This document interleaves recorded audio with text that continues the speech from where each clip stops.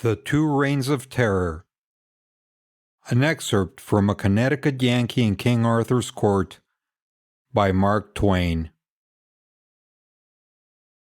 Why, it was like reading about France and the French before the ever-memorable and blessed Revolution, which swept 1,000 years of such villainy away in one swift tidal wave of blood.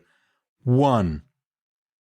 A settlement of that hoary debt, in the proportion of half a drop of blood for each hogshead of it, that had been pressed by slow tortures out of that people, and the weary stretch of 10 centuries of wrong and shame and misery, the like of which was not to be mated but in hell.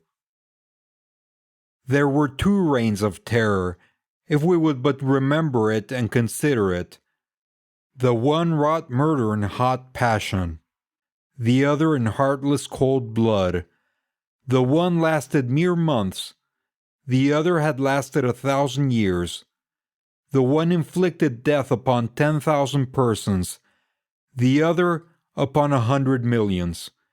But our shudders are all for the horrors of the minor terror, the momentary terror, so to speak. Whereas, what is the horror of swift death by the axe compared with lifelong death from hunger, cold, insult, cruelty, and heartbreak? What is the swift death by lightning compared with death by slow fire at the stake? A city cemetery could contain the coffins filled by that brief terror, which we have all been so diligently taught to shiver at and mourn over.